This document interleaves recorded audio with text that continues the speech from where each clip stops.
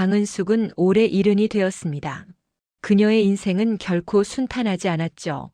남편을 가스 사고로 먼저 떠나보낸 후 혼자서 아들 이준호를 키우며 시장 한쪽 구석의 작은 반찬 가게를 운영해 왔습니다. 매일 새벽 4시면 일어나 김치를 담그고 나물을 무치고 조림을 만들었어요. 손님들은 은숙의 정성 어린 반찬 맛에 하나둘 단골이 되어갔고 25년이라는 세월 동안 그렇게 모은 돈으로 은숙은 작지만 단단한 요양 간병식품 법인을 세웠습니다. 회사 이름은 정성푸드였습니다. 요양병원과 재활센터에 영양식을 공급하는 소규모 법인이었지만 은숙의 손맛을 아는 사람들은 늘 그녀의 음식을 찾았어요. 직원도 5명밖에 되지 않았지만 연매출은 15억 원을 넘었습니다. 은숙에게는 자랑스러운 성과였죠. 그리고 올해 은숙은 칠순을 맞았습니다. 어머니, 칠순 정말 축하드려요. 며느리 박도연이 환하게 웃으며 꽃다발을 건넸습니다. 42살의 도연은 언제 봐도 화사했어요. 선명한 립스틱, 단정한 헤어스타일, 세련된 옷차림까지. SNS에는 언제나 시어머니와 함께 찍은 사진들이 올라왔습니다. 효부 사랑하는 시어머니 가족이 최고라는 해시태그와 함께요. 도연아, 고마워. 내가 이렇게 챙겨주니 엄마가 얼마나 기쁜지 몰라. 은숙은 진심으로 감동했습니다. 사실 도연과의 관계가 처음부터 좋았던 건 아니었어요. 결혼 초기 도연은 은숙에게 차갑게 대했습니다. 시장 반찬 가게를 운영하는 시어머니가 부끄럽다는 듯한 태도였죠. 하지만 최근 2, 3년 사이 도연의 태도가 눈에 띄게 달라졌습니다.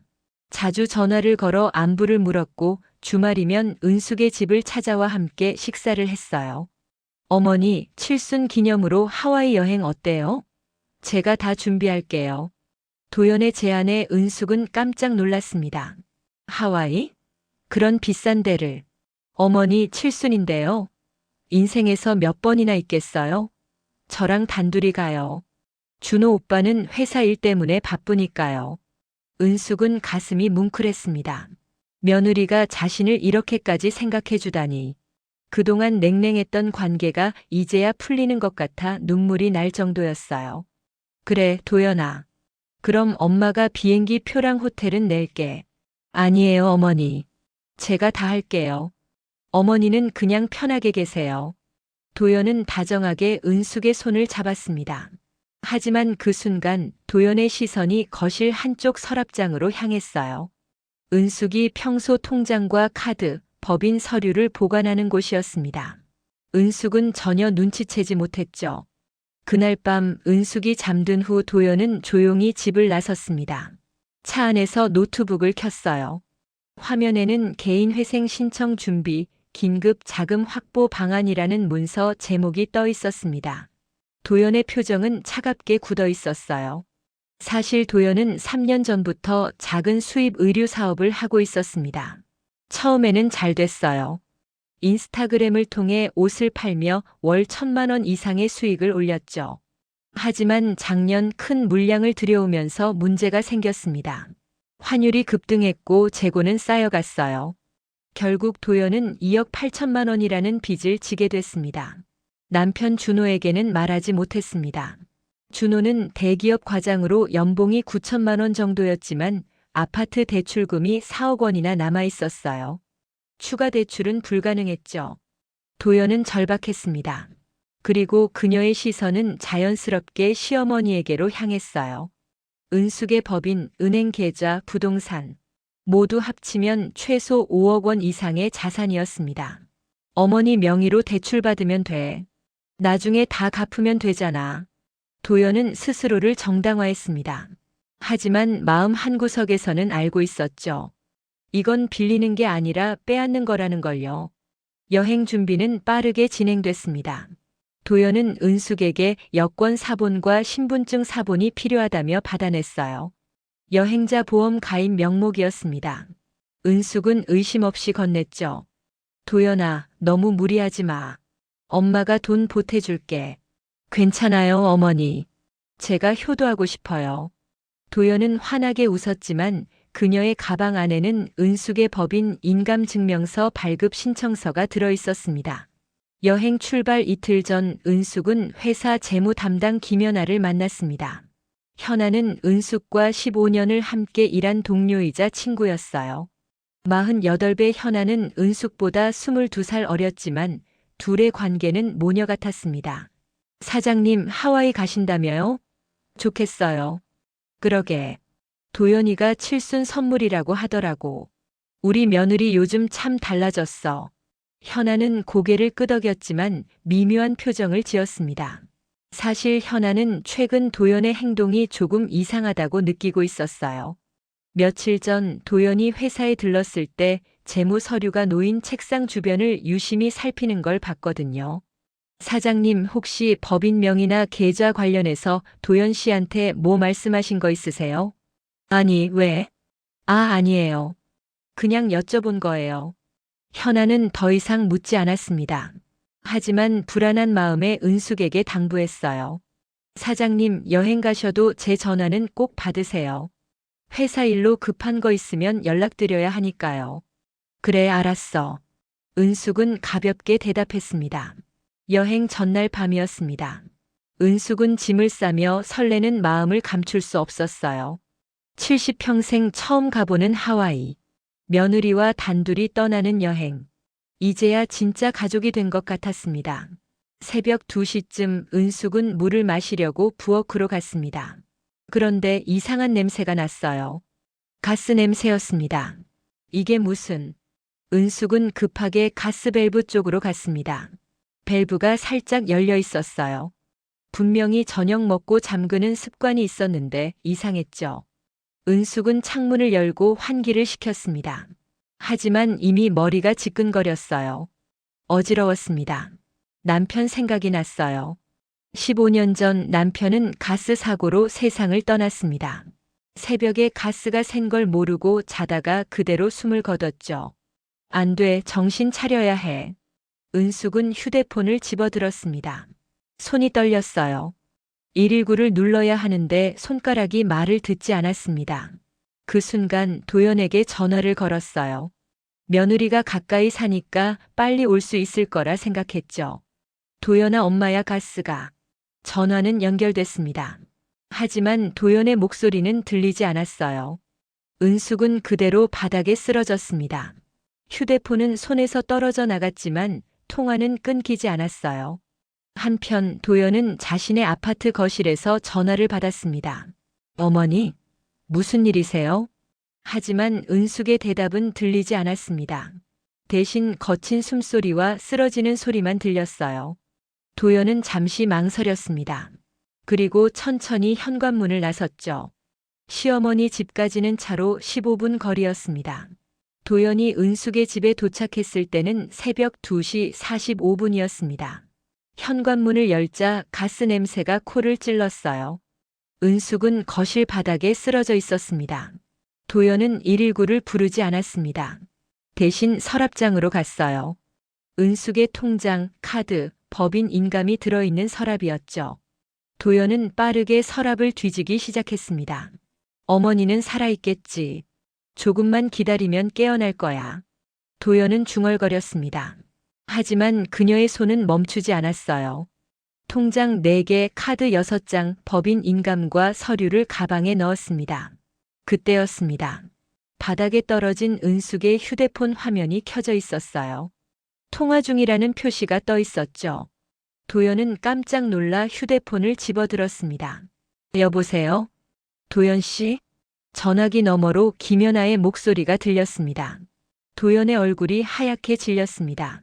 사실 김연아는 은숙과 새벽에 통화 중이었어요. 은숙이 여행 준비 때문에 잠을 못 자고 있다며 전화를 걸었던 겁니다. 둘은 1시간 넘게 수다를 떨었죠.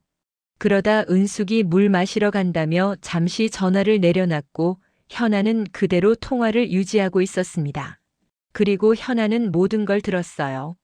은숙이 쓰러지는 소리, 도연이 도착한 소리, 서랍을 뒤지는 소리, 그리고 도연의 중얼거림까지.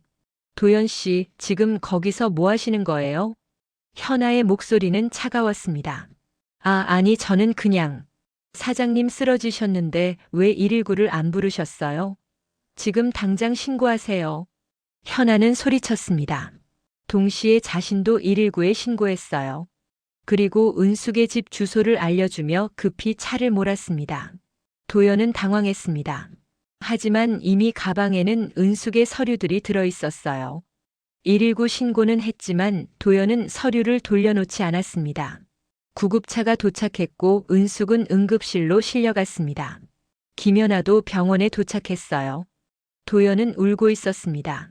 어머니 제발 괜찮으셨으면. 하지만 현아는 도연을 차갑게 쳐다봤습니다. 그리고 녹음 파일을 확인했어요. 모든 대화가 고스란히 담겨 있었습니다. 은숙은 새벽 5시에 깨어났습니다. 의사는 다행히 큰 이상은 없다고 했어요. 하지만 은숙의 머리는 멍했습니다. 무슨 일이 있었는지 정확히 기억나지 않았죠. 어머니, 도연이 병실로 들어왔습니다. 눈이 빨갛게 충혈돼 있었어요. 어머니 정말 놀랐어요. 제가 늦게 도착해서 죄송해요. 도연아 고마워. 내가 와줘서. 은숙은 며느리의 손을 잡았습니다. 하지만 그 순간 김연아가 병실 문을 열고 들어왔어요. 사장님 괜찮으세요? 현아야 나 괜찮아. 현아는 은숙 옆에 앉았습니다. 그리고 도연을 쳐다봤어요.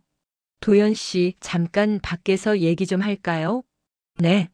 도연은 당황했습니다. 하지만 현아의 표정이 심상치 않았어요. 복도로 나온 현아는 조용히 말했습니다. 도연 씨, 사장님 쓰러지셨을 때 서랍 뒤진 거 다 들었어요. 녹음도 돼 있고요. 도연의 얼굴이 창백해졌습니다. 그게 무슨... 사장님한테 말씀드릴 거예요. 각오하세요. 현아는 냉정하게 말하고 병실로 돌아갔습니다. 도연은 그 자리에 멈춰 섰습니다. 심장이 미친 듯이 뛰었어요. 모든 게 끝났다는 생각이 들었습니다. 은숙은 병원에서 이틀을 보냈습니다. 의사는 완전히 회복될 때까지 안정을 취하라고 했어요. 하지만 은숙의 마음은 편치 않았죠. 가스 사고가 어떻게 일어난 건지, 그날 밤 무슨 일이 있었는지 기억이 흐릿했습니다. 사장님, 제가 말씀드릴 게 있어요. 김연아가 병실 문을 닫으며 조심스럽게 입을 열었습니다. 은숙은 침대에 기대앉아 현아를 바라봤어요. 무슨 일인데? 사장님이 쓰러지신 그날 밤 저희 통화 중이었잖아요. 그랬지. 내가 물 마시러 간다고 했던 것 같은데. 네, 그런데 사장님이 전화를 안 끊으셨어요. 그래서 저도 그냥 기다리고 있었죠. 은숙은 고개를 갸우뚱했습니다. 그랬구나.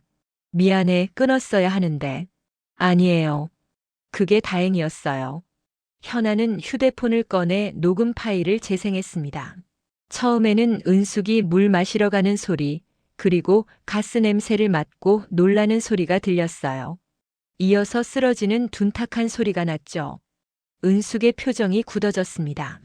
그리고 15분쯤 후 현관문 열리는 소리가 들렸습니다. 도연의 목소리였어요. 어머니, 어머니. 하지만 그 다음 들린 건 119 신고가 아니었습니다. 서랍 여는 소리, 무언가를 뒤지는 소리가 녹음돼 있었어요. 통장 여기 있네. 카드도. 법인 인감은 여기. 도연의 중얼거림이 또렷하게 들렸습니다. 어머니는 살아있겠지. 조금만 기다리면 깨어날 거야. 그동안 이것만 정리하면 돼. 은숙의 손이 떨렸습니다. 믿을 수 없었어요. 며느리가 자신이 그토록 딸처럼 아끼던 며느리가 자신이 쓰러진 사이 통장을 뒤지고 있었다니. 이게 정말이니? 은숙의 목소리가 갈라졌습니다. 현아는 조용히 고개를 끄덕였어요. 사장님, 저도 믿고 싶지 않았어요. 하지만 제가 직접 들었어요. 그래서 바로 119에 신고했고 사장님 집으로 달려갔죠. 은숙은 눈을 감았습니다. 가슴이 무너지는 것 같았어요.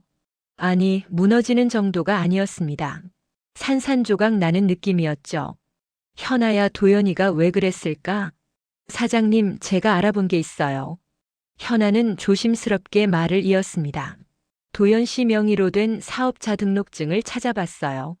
3년 전부터 수입 의류 사업을 하고 있더라고요. 그런데 작년에 큰 손실이 났어요. 신용정보원 조회해 보니까 현재 채무가 2억 8천만 원이에요. 2억 8천만 원? 은숙은 깜짝 놀랐습니다. 네. 그리고 최근에 사장님 명의로 대출 알아본 흔적도 있어요. 인터넷 은행 여러 곳에서 한도 조회를 했더라고요. 은숙은 입술을 깨물었습니다. 모든 게 이해됐어요. 도연이 왜 갑자기 자신에게 잘해줬는지, 왜 하와이 여행을 제안했는지, 왜 여권 사본과 신분증 사본을 요구했는지. 그럼 여행도 다 계획이었구나. 아마도요. 여행 가신 사이 법인명에 변경하거나 사장님 명의로 대출받으려고 했을 거예요. 은숙은 울음이 터져 나왔습니다. 70평생 이렇게 배신당한 적이 없었어요. 남편이 세상을 떠난 후에도 혼자 아들을 키우며 온갖 고생을 할 때도 이렇게 가슴 아프지는 않았습니다. 사장님 우세요. 울어도 돼요.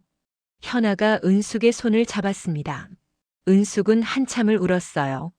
그리고 눈물을 닦으며 말했습니다. 현아야, 이 녹음 파일 잘 보관해둬. 그리고 내 통장이랑 카드 전부 정지시켜. 벌써 했어요, 사장님. 도연 씨가 병원 온 다음 날 바로 처리했어요. 법인 명의는 안전해요. 법인 인감 재발급 신청하고 사장님 명의로 된 모든 계좌에 이상 거래 감지 신청 넣어뒀어요. 은숙은 고개를 끄덕였습니다. 다행이었어요. 현아가 아니었다면 모든 걸 잃었을 겁니다. 고마워, 현아야. 내가 없었으면 어쩔 뻔했니? 당연한 거예요, 사장님. 저야말로 사장님한테 받은 게 얼마나 많은데요.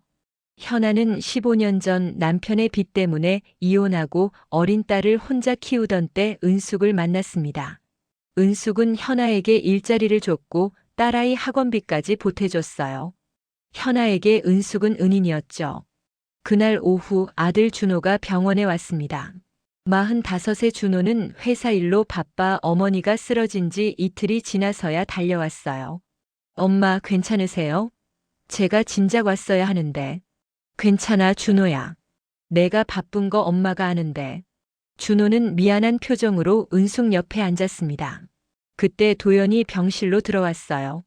도연은 눈이 퉁퉁 붓도록 운 것 같았습니다. 어머니 죄송해요. 제가 좀 더 일찍 갔어야 했는데. 도연은 울먹이며 말했습니다. 은숙은 도연을 바라봤어요. 예전 같았으면 괜찮다고 내 잘못이 아니라고 말했을 겁니다. 하지만 이제는 달랐죠. 도연아, 너 그날 내 집에 몇 시에 왔니? 도연은 잠시 당황했습니다. 2시 45분쯤이요? 전화 받고 바로 갔어요. 전화 받고 바로? 네, 어머니. 그런데 왜 119는 안 불렀어? 도연의 얼굴이 하얗게 질렸습니다. 그게 제가 당황해서 서랍을 뒤진 거니? 준호가 깜짝 놀라 어머니를 쳐다봤습니다. 엄마 무슨 말씀이세요? 은숙은 현아에게 녹음 파일을 들려달라고 했어요. 현아가 파일을 재생했습니다. 병실 안에 도연의 목소리가 울려 퍼졌죠. 통장 여기 있네. 카드도. 법인 인감은 여기. 준호의 표정이 굳어졌습니다. 이게 무슨 도연아, 이게 대체 무슨 소리야? 도연은 울기 시작했습니다. 오빠 아니에요. 오해예요. 저는 그냥. 뭐가 오해야? 엄마가 쓰러졌는데 119도 안 부르고 통장을 뒤진 게 오해야? 준호의 목소리가 커졌습니다. 도연은 계속 울었어요. 오빠 들어봐요. 저는 정말 어머니 걱정돼서. 도연아. 은숙이 조용히 입을 열었습니다. 너 빚이 2억 8천만 원이지? 도연은 숨이 멎는 것 같았습니다. 준호는 더욱 놀란 표정으로 아내를 쳐다봤어요. 2억 8천만 원? 도연아, 이게 무슨 소리야? 도연은 더 이상 변명할 수 없었습니다. 무릎을 꿇고 울었어요. 죄송해요, 어머니. 오빠. 저도 어쩔 수 없었어요. 사업이 망해서 빚이 너무 많아서.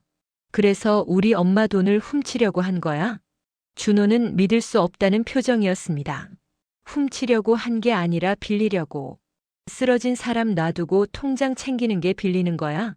준호의 목소리는 떨렸습니다. 분노와 실망이 뒤섞인 목소리였어요. 은숙은 조용히 말했습니다. 도연아, 나한테 솔직하게 말해봐. 하와이 여행도 계획이었지? 도연은 고개를 들지 못했습니다. 여행 가는 동안 내 명의로 대출받으려고 했지? 법인 명의도 바꾸려고 했고. 어머니, 대답해봐. 맞니 아니니? 은숙의 목소리는 차갑게 가라앉았습니다. 도연은 결국 고개를 끄덕였어요. 죄송해요. 정말 죄송해요. 준호는 주먹으로 벽을 쳤습니다. 미쳤구나. 정말 미쳤어. 병실 안은 정적이 흘렀습니다. 은숙은 천천히 입을 열었어요. 도연아, 나는 너를 며느리가 아니라 딸처럼 대했어. 내가 나한테 차갑게 대해도 이해하려고 했지. 시간이 지나면 풀릴 거라 믿었고. 그런데 내가 내게 잘해준 건 다 돈 때문이었구나. 아니에요, 어머니. 정말 아니에요. 그럼 뭔데? 진심으로 날 딸처럼 생각했어? 도연은 대답하지 못했습니다. 은숙은 눈을 감았어요. 가슴이 너무 아팠습니다. 하지만 이제 결정해야 했죠. 이대로 넘어갈 순 없었어요. 준호야. 내 엄마. 엄마는 도연이를 용서할 수 없을 것 같아. 준호는 고개를 떨어뜨렸습니다. 엄마 뜻대로 하세요. 저도 이해 못하겠어요. 도연은 울부짖었습니다. 오빠, 제발 어머니, 한 번만 용서해 주세요. 제가 정말 잘못했어요. 하지만 은숙은 고개를 저었어요. 현아야, 법률사무소 연락처 좀 알려줘. 상담받아야겠어. 네, 사장님. 도연은 그제야 심각성을 깨달았습니다. 은숙이 진심으로 법적 대응을 하려는 거였어요. 어머니, 제발요. 저 감옥 가면 안 돼요. 애들도 있고. 은숙은 차갑게 말했습니다. 그럼 내가 쓰러진 걸 알고도 서랍부터 뒤진 너는 괜찮니? 나는 내 시어머니가 아니라 돈뭉치였니? 도연은 아무 말도 할 수 없었습니다. 준호가 도연을 데리고 병실을 나갔어요. 복도에서 준호는 아내를 쳐다봤습니다. 도연아, 너 정말 그럴 생각이었어? 오빠도 알잖아요. 우리 빚이 얼마나 많은지. 아파트 대출만 4억인데. 그래서 우리 엄마 돈 훔치려고 한 거야? 엄마가 죽을 수도 있었어. 준호의 목소리가 떨렸습니다. 죽게 하려던 게 아니라 그냥 시간을 좀 벌려고. 시간을 벌어? 엄마 쓰러진 걸 알면서 119도 안 부르고. 도연은 말문이 막혔습니다. 준호는 한숨을 쉬었어요. 나도 너랑 같이 살 수 없을 것 같아. 일단 집에 가서 짐 싸. 오빠, 나도 생각할 시간이 필요해. 당분간 떨어져 지내자. 준호는 돌아서서 병실로 들어갔습니다. 도연은 복도에 주저앉아 울었어요. 병실 안에서 은숙은 현아와 얘기하고 있었습니다. 현아야, 법인 자산 전부 확인해줘. 혹시 도연이가 손댄 데 없는지. 이미 확인했어요, 사장님. 다행히 아직 손댄 건 없어요. 카드도 정지시켰고요. 그래, 고마워. 은숙은 창밖을 바라봤습니다. 하늘이 파랗게 개어 있었어요. 70평생 살면서 이렇게 배신당한 적은 없었습니다. 하지만 이제 은숙은 달라져야 했어요. 더 이상 착하게만 살 수는 없었죠. 현아야, 변호사 선임할 거야. 도연이 상대로 고소장 낼 거고. 사장님 괜찮으세요? 며느리한테 그러시면. 며느리? 이제 아니야. 도연이는 나한테 며느리가 아니라 범죄자야. 은숙의 목소리는 단호했습니다. 그날 밤 은숙은 혼자 병실에 누워 천장을 바라봤어요. 눈물이 흘렀습니다. 하지만 이번엔 슬픔의 눈물이 아니었어요. 분노의 눈물이었죠. 이제 나도 내 삶을 지켜야 해. 더 이상 끌려다니며 살지 않을 거야. 은숙은 다짐했습니다. 그리고 천천히 눈을 감았어요. 은숙은 퇴원 후 일주일 동안 집에서 쉬었습니다. 몸은 회복됐지만 마음의 상처는 쉽게 아물지 않았어요. 준호는 매일 찾아와 어머니를 챙겼지만 도연은 한 번도 나타나지 않았습니다. 준호의 말에 따르면 도연은 친정집으로 돌아간 상태였어요. 엄마, 정말 고소하실 거예요? 준호가 조심스럽게 물었습니다. 은숙은 고개를 끄덕였어요. 그래야지. 이대로 넘어갈 순 없어. 그런데 도연이도 제 아내잖아요. 내 아내가 내 엄마를 죽게 내버려 두려고 했는데도. 준호는 아무 말도 하지 못했습니다. 은숙의 말이 맞았어요. 도연의 행동은 용서받을 수 없는 것이었죠. 엄마 뜻대로 하세요. 저도 도연이랑 이혼할 생각이에요. 은숙은 아들을 바라봤습니다. 준호의 눈에는 눈물이 고여 있었어요. 준호야, 미안하다. 엄마 때문에 내 가정이 깨지는구나. 아니에요, 엄마. 엄마 잘못 아니에요. 제가 도연이를 제대로 못 봤던 거죠. 준호는 눈물을 닦았습니다. 일주일 후 은숙은 변호사 사무실을 찾았습니다. 김연아가 소개해준 변호사는 50대 중반의 여성이었어요. 이름은 서민정이었습니다. 사장님, 제가 자료 다 준비해 왔어요. 현아가 두꺼운 파일을 꺼냈습니다. 그 안에는 통화 녹음 파일, 도연의 채무 내역, 법인명의 변경 시도 정황, 카드 사용 내역까지 빠짐없이 정리돼 있었어요. 서민정 변호사는 자료를 꼼꼼히 살펴봤습니다. 증거가 확실하네요. 특히 이 녹음 파일이 결정적이에요. 고소가 가능할까요? 물론이죠. 업무상 배임, 사문서, 위조 미수, 존속 유기치사 미수까지 적용 가능합니다. 존속 유기치사 미수요? 은숙이 놀라서 물었습니다. 네. 피고인이 쓰러진 시어머니를 발견하고도 119에 신고하지 않고 방치한 게 유기에 해당돼요. 만약 사장님이 그대로 돌아가셨다면 치사죄가 성립했을 겁니다. 은숙은 숨이 막혔습니다. 도연이 정말 자신을 죽게 내버려 두려고 했다는 게 법적으로 증명될 수 있다는 얘기였어요. 고소장 접수하시면 경찰 조사부터 시작됩니다. 증거가 확실하니 기소까지는 문제 없을 거예요. 알겠습니다. 진행해 주세요. 은숙은 단호하게 말했습니다. 고소장이 접수되고 사흘 후 도연은 경찰서로 소환됐습니다. 도연은 창백한 얼굴로 조사실에 앉았어요.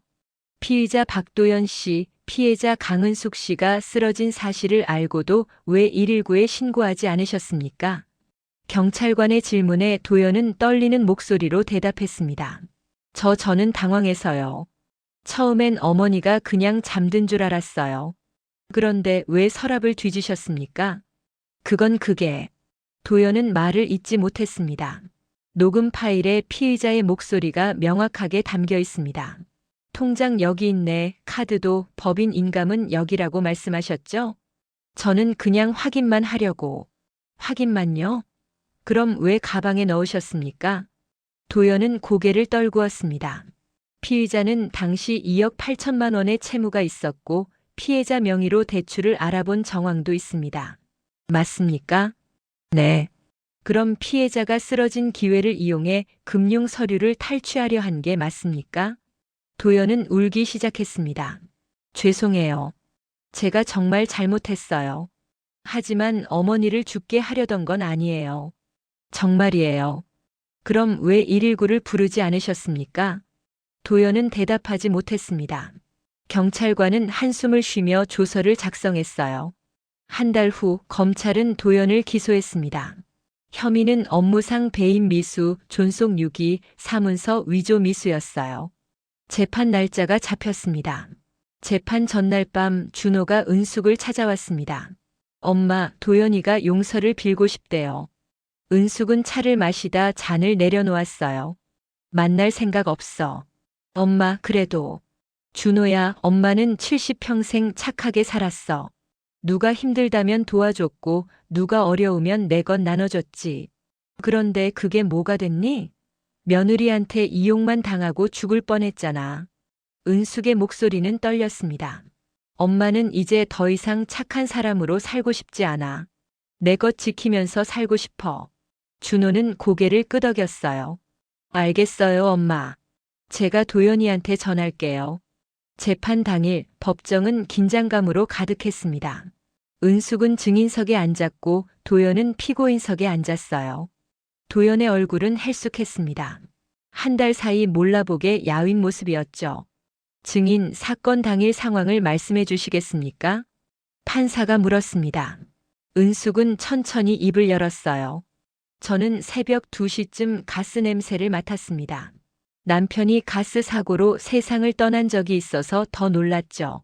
어지러웠고 쓰러질 것 같았어요. 그래서 며느리한테 전화를 걸었습니다. 그리고요. 며느리가 전화를 받았지만 대답은 없었어요. 저는 그대로 쓰러졌고요. 깨어난 건 언제입니까? 병원 응급실에서 새벽 5시쯤 깨어났습니다. 판사는 고개를 끄덕이고 도연을 쳐다봤어요. 피고인, 피해자가 전화했을 때 왜 바로 119에 신고하지 않았습니까? 도연은 떨리는 목소리로 대답했습니다. 저는 어머니가 그냥 놀라신 줄 알았어요. 그래서 집으로 갔고, 집에 도착한 시간이 2시 45분이죠? 네.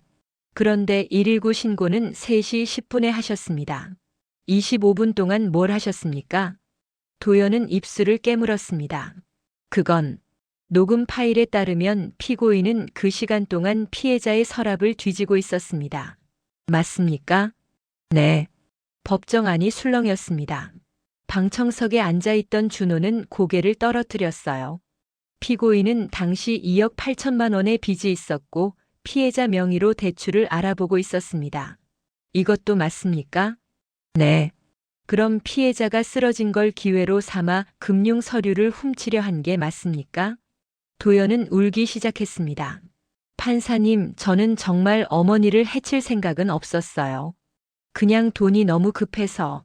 돈이 급하면 쓰러진 사람을 방치해도 됩니까? 판사의 목소리는 차갑게 가라앉았습니다. 검사가 일어나 말했습니다. 판사님, 피고인의 행위는 명백한 범죄입니다. 존속 유기죄는 물론이고 피해자가 사망했다면 치사죄까지 적용될 뻔했습니다. 엄중한 처벌이 필요합니다. 도연의 변호사가 일어났어요. 판사님, 피고인은 깊이 반성하고 있습니다. 피해자도 결국 무사했고 실제 금전적 피해는 없었습니다. 선처를 부탁드립니다.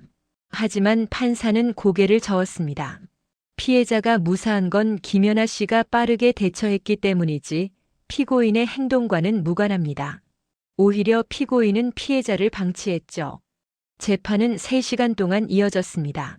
김연아도 증인으로 출석해 녹음 파일의 경위를 설명했어요. 모든 증거는 도연에게 불리했습니다. 마지막 최후 진술에서 도연은 울며 말했습니다. 어머니, 정말 죄송해요. 저는 정말 어머니를 해칠 생각은 없었어요. 그냥 제가 너무 어리석었어요. 제발 용서해 주세요. 하지만 은숙은 고개를 돌렸습니다. 도연의 눈물이 진심인지 연기인지 더 이상 알 수 없었어요. 재판이 끝나고 일주일 후 판결문이 나왔습니다. 징역 2년, 집행유예 3년이었어요. 추가로 사회봉사 200시간과 배상금 5천만 원이 선고됐습니다. 은숙은 판결문을 받아들고 한숨을 쉬었습니다. 생각보다 형량이 적네요. 현아가 옆에서 말했습니다. 그래도 집행유예니까 3년 동안 다시 범죄 저지르면 바로 감옥 가는 거예요. 그렇긴 하지. 은숙은 판결문을 접었어요. 사실 형량보다 중요한 건 따로 있었습니다. 이제 도연과는 완전히 끝이라는 거였죠. 그날 저녁 준호가 은숙을 찾아왔습니다. 엄마, 저 도연이랑 이혼 절차 시작했어요. 그래, 수고했어. 아이들은 제가 키울게요. 도연이는 당분간 만나지 못하게 할 거예요. 은숙은 고개를 끄덕였습니다. 손주들 생각을 하니 마음이 아팠어요. 하지만 어쩔 수 없었습니다. 준호야, 엄마가 미안하구나. 아니에요, 엄마. 엄마 잘못 아니에요. 준호는 눈물을 닦았습니다. 엄마, 앞으로 제가 더 잘할게요. 엄마한테 효도할게요. 효도는 무슨? 내가 건강하게 사는 게 효도야. 은숙은 아들의 손을 잡았어요. 한 달이 지났습니다. 은숙은 다시 회사로 복귀했어요. 직원들이 반갑게 맞아줬습니다. 사장님 건강하세요? 응, 괜찮아. 다들 고생 많았지? 아니에요, 사장님. 현아 이사님이 다 챙겨주셨어요. 은숙은 현아를 쳐다봤습니다. 현아는 웃으며 고개를 저었어요. 당연한 거죠, 사장님. 은숙은 사무실에 앉아 밀린 서류를 정리했습니다. 그러다 문득 창밖을 바라봤어요. 하늘이 맑았습니다. 이제 새로 시작이야. 은숙은 스스로에게 다짐했습니다. 더 이상 과거에 얽매이지 않기로요. 며느리에게 배신당한 상처는 컸지만 그 상처가 은숙을 무너뜨리진 못했습니다. 오히려 더 단단해졌죠. 사장님, 새로운 거래처에서 연락 왔어요. 요양병원 3곳이랑 계약하고 싶대요. 직원이 들어와 말했습니다. 그래, 좋아. 미팅 잡아줘. 은숙은 미소를 지었습니다. 인생은 계속됐어요. 배신도 있었고 상처도 있었지만 그래도 계속 나아가야 했습니다. 그날 밤 은숙은 혼자 집에 앉아 차를 마셨어요. 조용했습니다. 하지만 외롭지는 않았죠. 은숙은 이제 혼자서도 충분히 강했으니까요. 재판이 끝나고 석 달이 흘렀습니다. 계절은 가을에서 겨울로 접어들고 있었어요. 은숙은 매일 새벽 5시에 일어나 회사로 출근했습니다. 예전처럼 말이죠. 하지만 예전과는 달랐어요. 이제 은숙은 누구에게도 끌려다니지 않았습니다.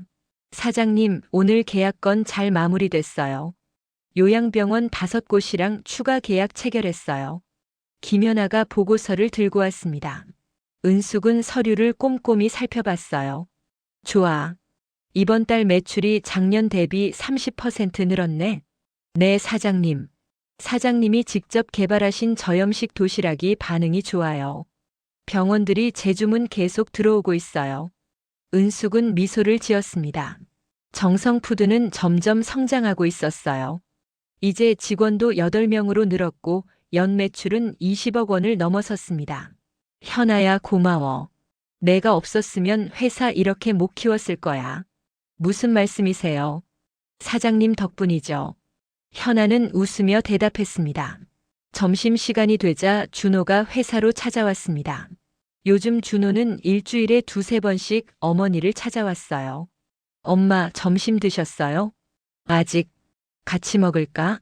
네, 엄마. 근처 식당 갈까요? 모자는 회사 근처 한정식집으로 갔습니다. 주문을 하고 기다리는 동안 준호가 조심스럽게 입을 열었어요. 엄마, 이혼 확정됐어요. 은숙은 고개를 들어 아들을 바라봤습니다. 그래, 힘들었지? 괜찮아요. 오히려 마음이 편해요. 도연이랑 같이 있을 때가 더 힘들었거든요. 준호는 쓴웃음을 지었습니다. 아이들은 제가 키우기로 했어요. 주말에는 외할머니 댁에 보내기로 했고요. 도연이는 뭐라고 하던 별말 없었어요.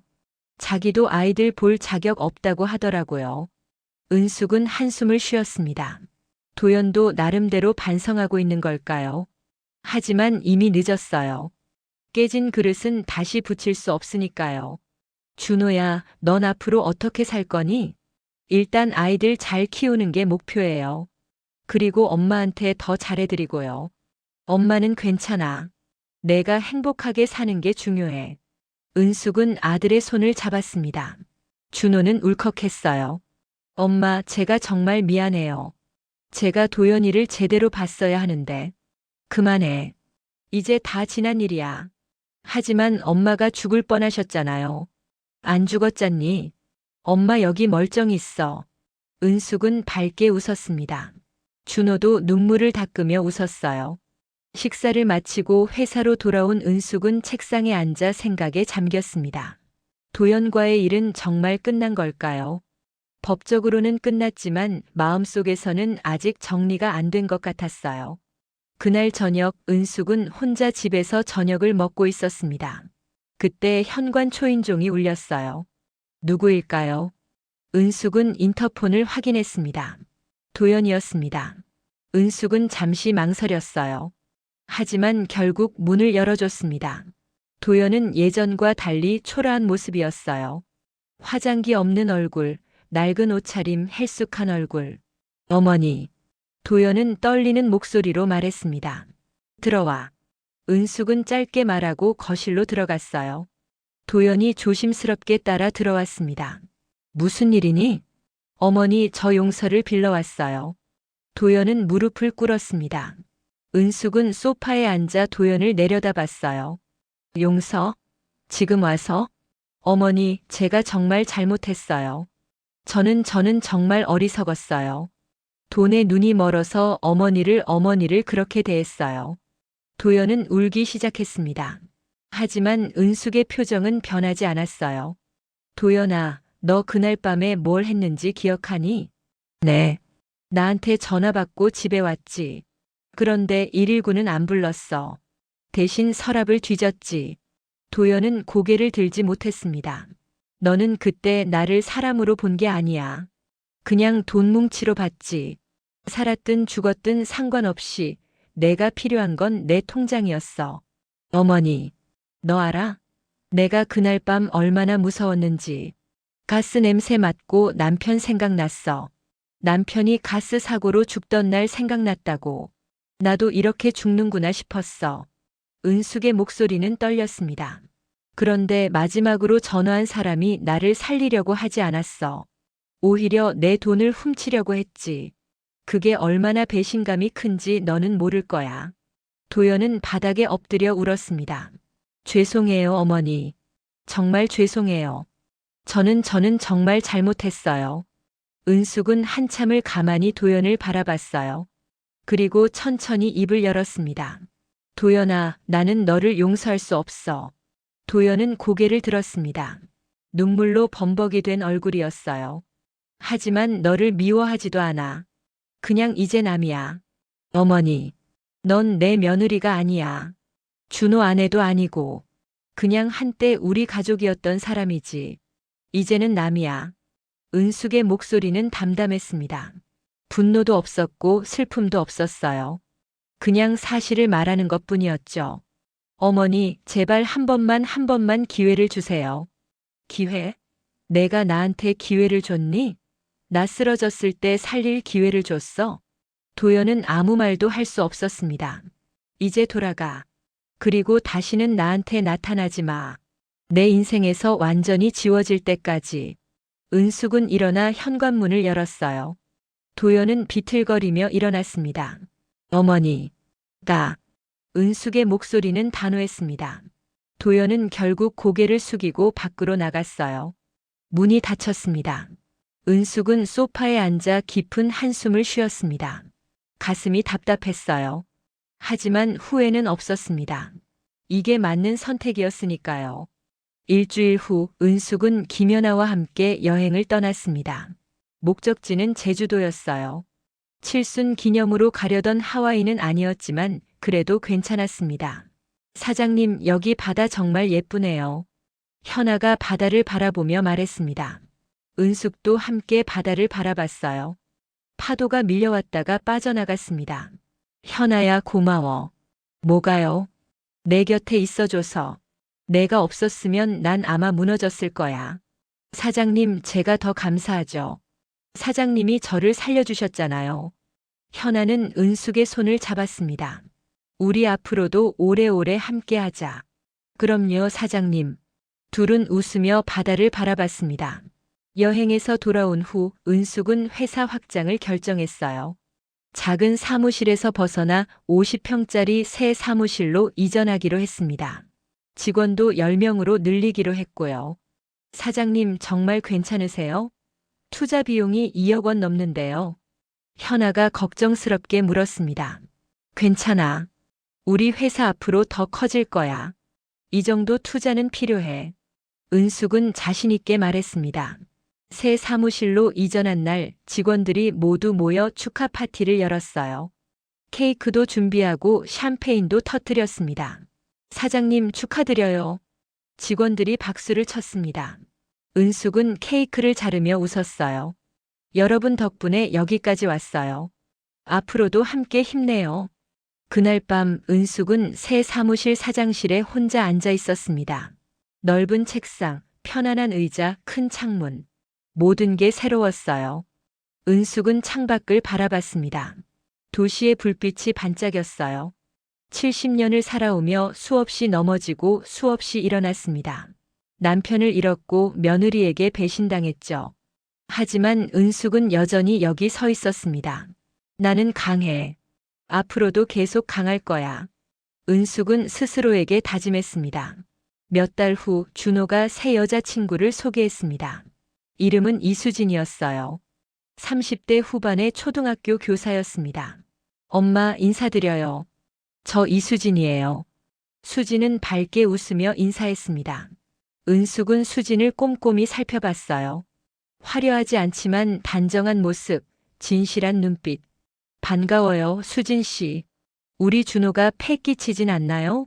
아니에요, 어머님. 준호 씨 정말 좋은 분이에요.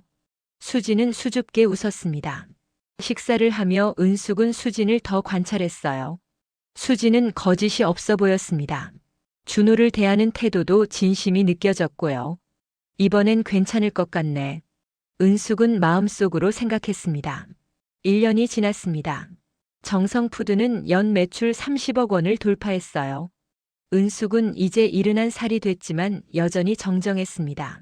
매일 새벽 5시에 일어나 회사로 출근했고 새로운 메뉴 개발에도 직접 참여했어요. 준호는 수진과 재혼했습니다. 작은 결혼식이었지만 따뜻했어요. 은숙은 아들의 행복한 모습을 보며 눈물을 흘렸습니다. 엄마, 울지 마세요. 준호가 손수건을 건넸습니다. 엄마는 행복해서 우는 거야. 내가 다시 웃는 모습을 보니까. 은숙은 웃으며 눈물을 닦았어요.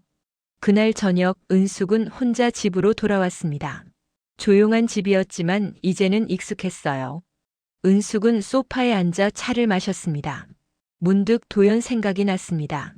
도연은 지금 어떻게 지내고 있을까요? 판결 이후로 한 번도 만나지 못했어요. 소식도 듣지 못했죠. 잘 살고 있겠지. 은숙은 생각했습니다.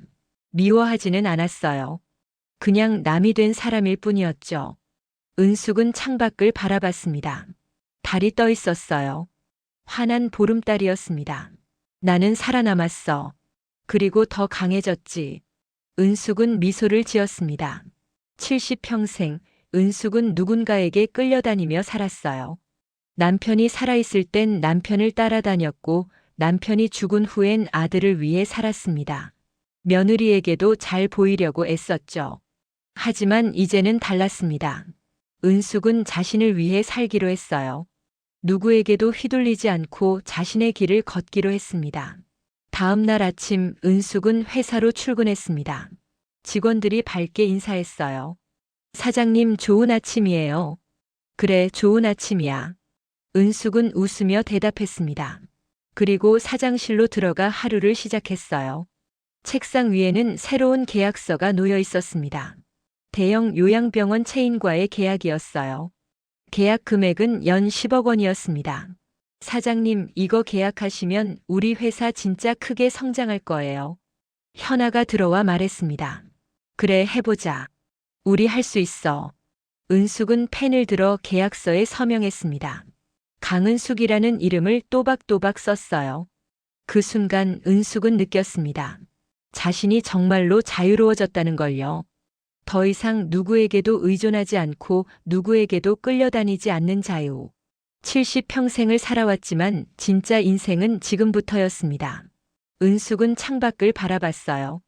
햇살이 눈부셨습니다. 새로운 하루가 시작되고 있었죠. 그리고 은숙은 알았습니다. 자신의 인생은 아직 끝나지 않았다는 걸요. 아니, 오히려 지금부터가 진짜 시작이라는 걸요. 강은숙의 새로운 인생이 펼쳐지고 있었습니다.